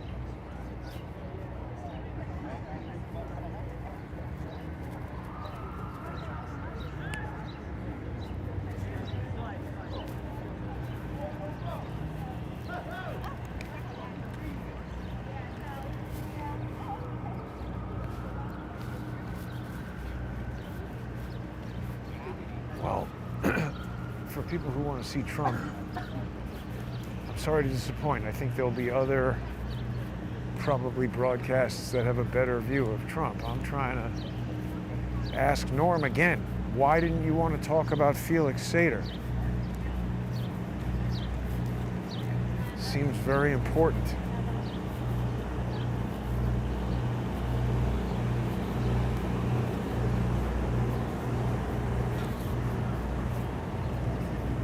Imagine how much even one of these trucks costs.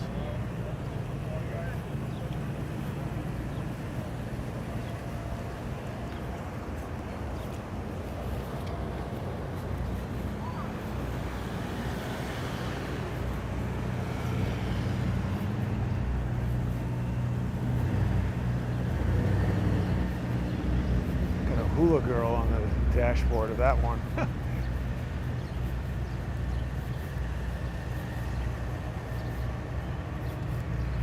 Yeah, so now everybody's getting out of work. It's going to be a massive jam.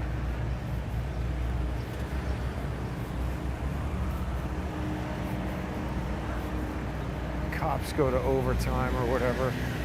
I guess they just have these mail trucks parked around to create barriers from crashing vehicles into the park.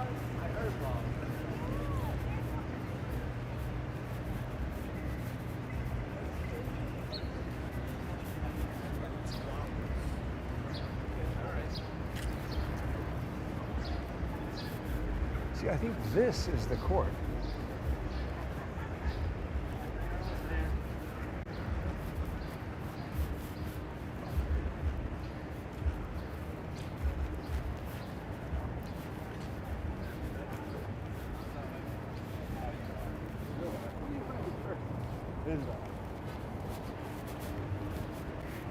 He's not going to talk to me. Basically got what we're going to get from Norm this morning on the phone. I just don't know who I can get that message to make it do anything meaningful. I mean, you feel like it's the type of thing that lawyers for Trump would be all over, but I don't know. 6 seconds ago, Norm says maybe the most important document in the case is up on screen and being shown to Cohen. His blank statement with his and Weisselberg's handwriting breaking down the repayment scheme, grossed up for taxes, devastating corroboration of the witnesses. Well, the point is, this corroboration of the witnesses they're witnesses that are controlled by these anti-Trump DOJ people, Norm and Weissman. And, you know, Weisselberg is the guy who they've now thrown in jail. He's 70 and they're putting him in Rikers for, you know, writing stuff on the ledger. He sends him to Rikers Island. So yeah, he's going to corroborate whatever they tell him to corroborate.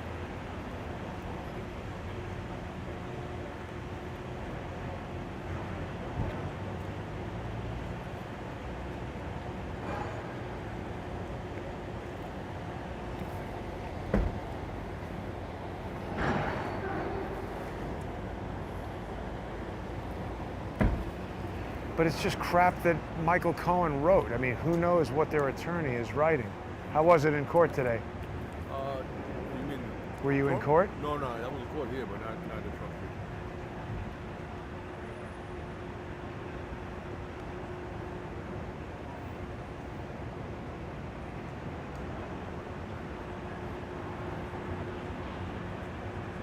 Cops love texting.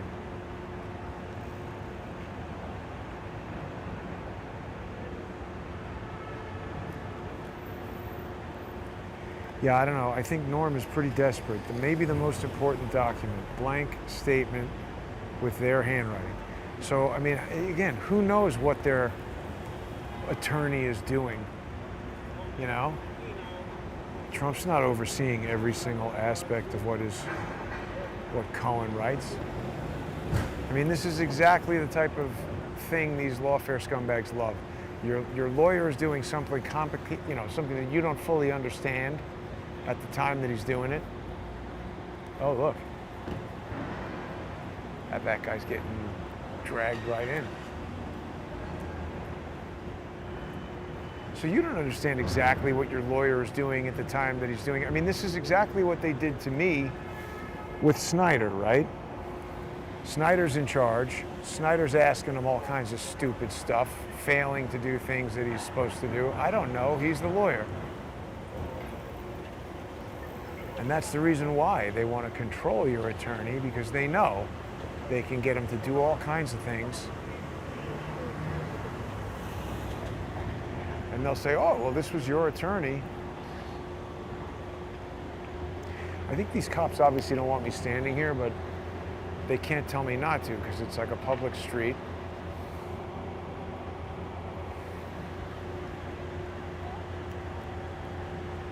But They're just eyeballing me in a way that I don't like, and now we got this big goon coming over here.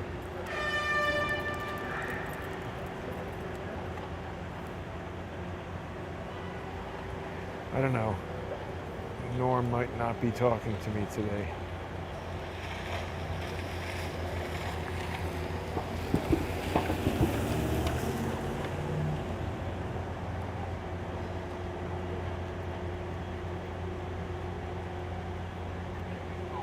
So we've got the House Judiciary Committee tweeting platitudes, as David Hawkins would say. They're saying, imagine actually believing Michael Cohen. Well, imagine Congress actually doing something to take action against a lying attorney.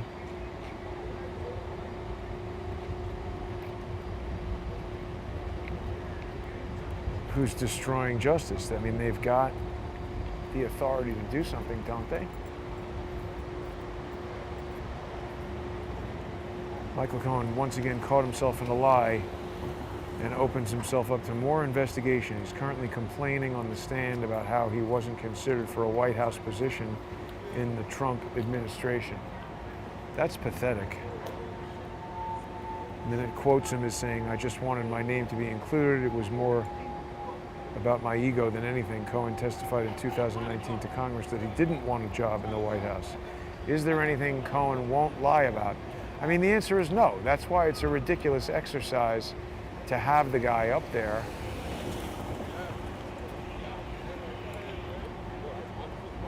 I don't think I'm getting Norm.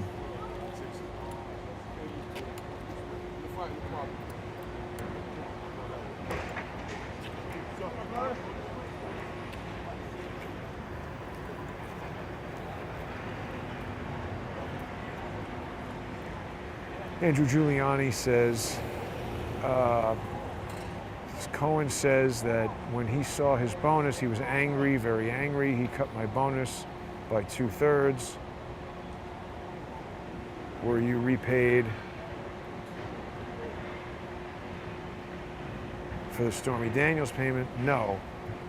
Assistant District Attorney, how did you feel? I was personally insulted, hurt because of all the things I had done for him.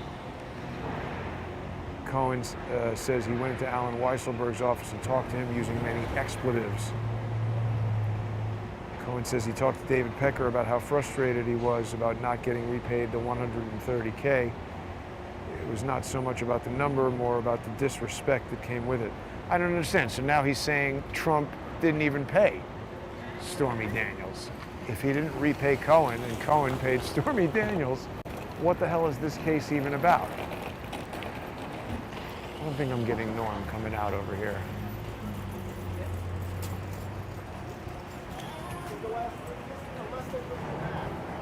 I don't know. Could be finished this week. These cops are very interested in where I'm going and what I'm doing. Everything all right?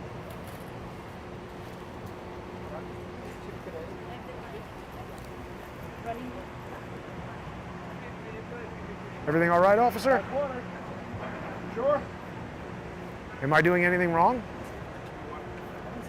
But you're staring at me. I'm just asking him if I'm doing anything wrong.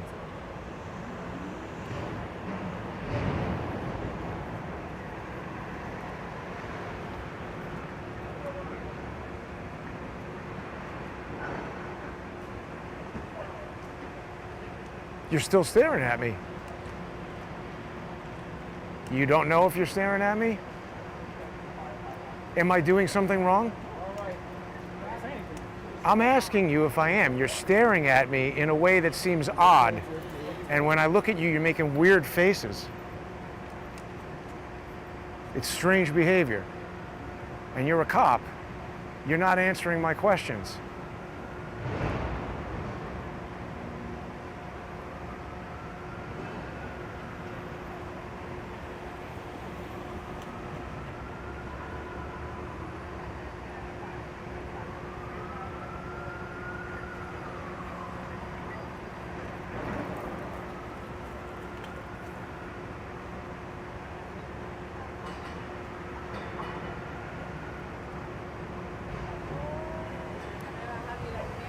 I don't know why cops are so stupid.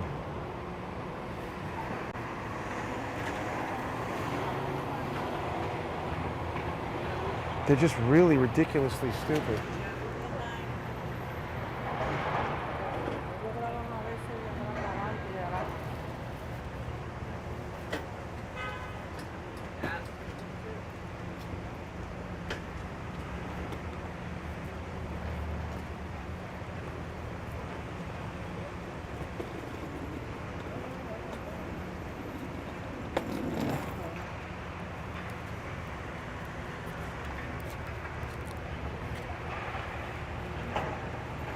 They act like teenage jackasses.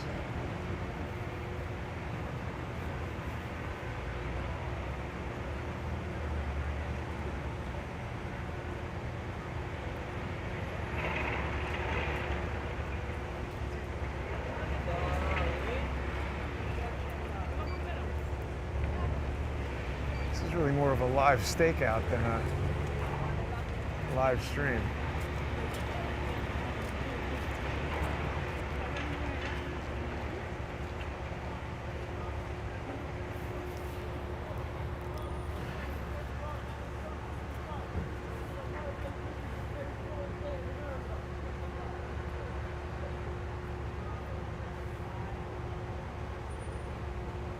The Providence Police framed Joe Seagrave. What does that guy say?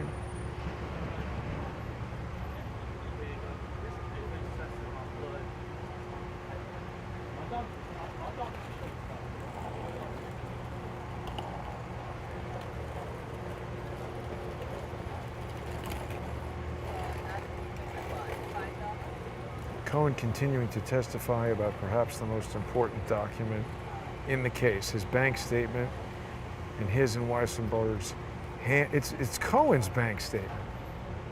So they've got Cohen's bank statement with Cohen's handwriting on it that Cohen sent the money. So what the hell? I don't understand how this has anything to do with Trump. It seems to have to do with Cohen. So that's 6 minutes ago, they're still testifying. Huh.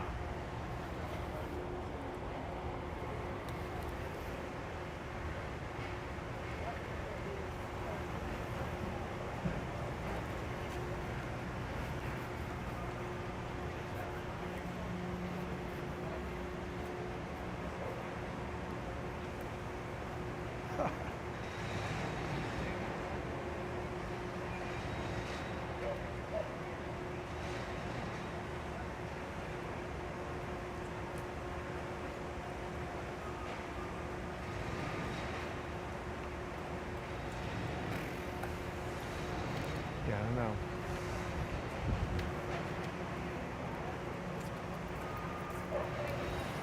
Look at these two assholes.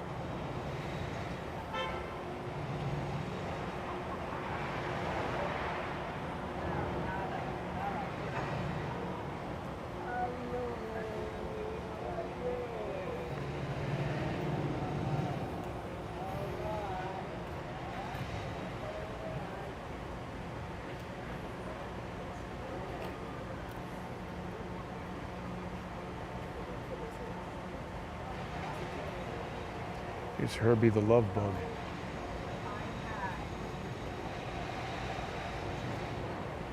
Maybe that's Norm's car.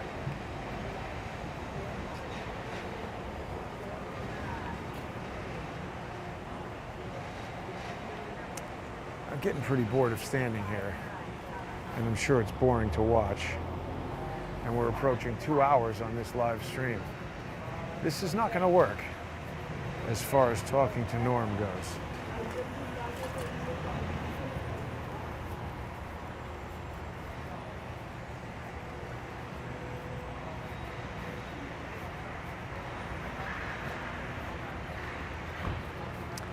Yeah, I don't know. Frustrating how to speak to Norm. But again, I mean, he's not, even when I had Andrew Weissman right there asking him the question, they're just going to lie. They're going to say, oh, I don't know Felix Sater. These guys lie. All day. Every day. It's pretty outrageous.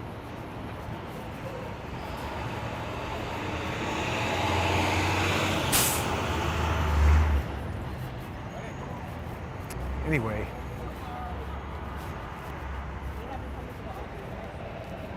I think that's all I have to say for today. Although we got this whole walk back.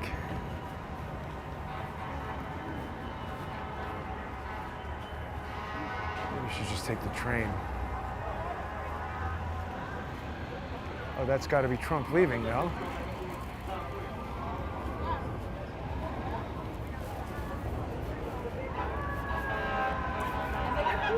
How cute that is.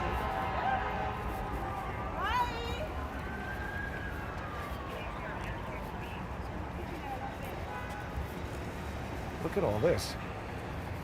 Vibranalysis, monitoring in process. Do not disturb. Solar powered, what the hell is it monitoring? It's got microphones and sensors. That looks sloppy as hell.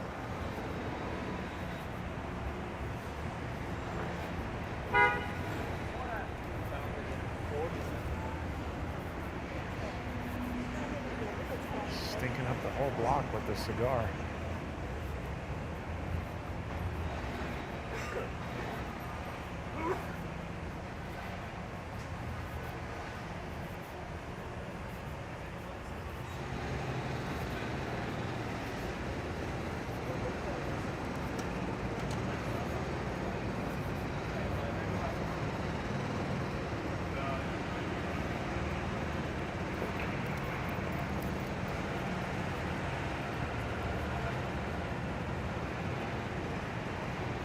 Maybe that wasn't Trump leaving.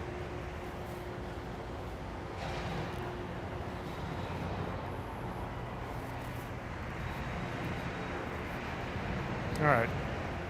I think that's it. We'll keep trying to talk to Norm. Thanks for tuning in, everybody. Don't forget to become a sponsor. If you like hearing me call people like Norm, telling them what's what,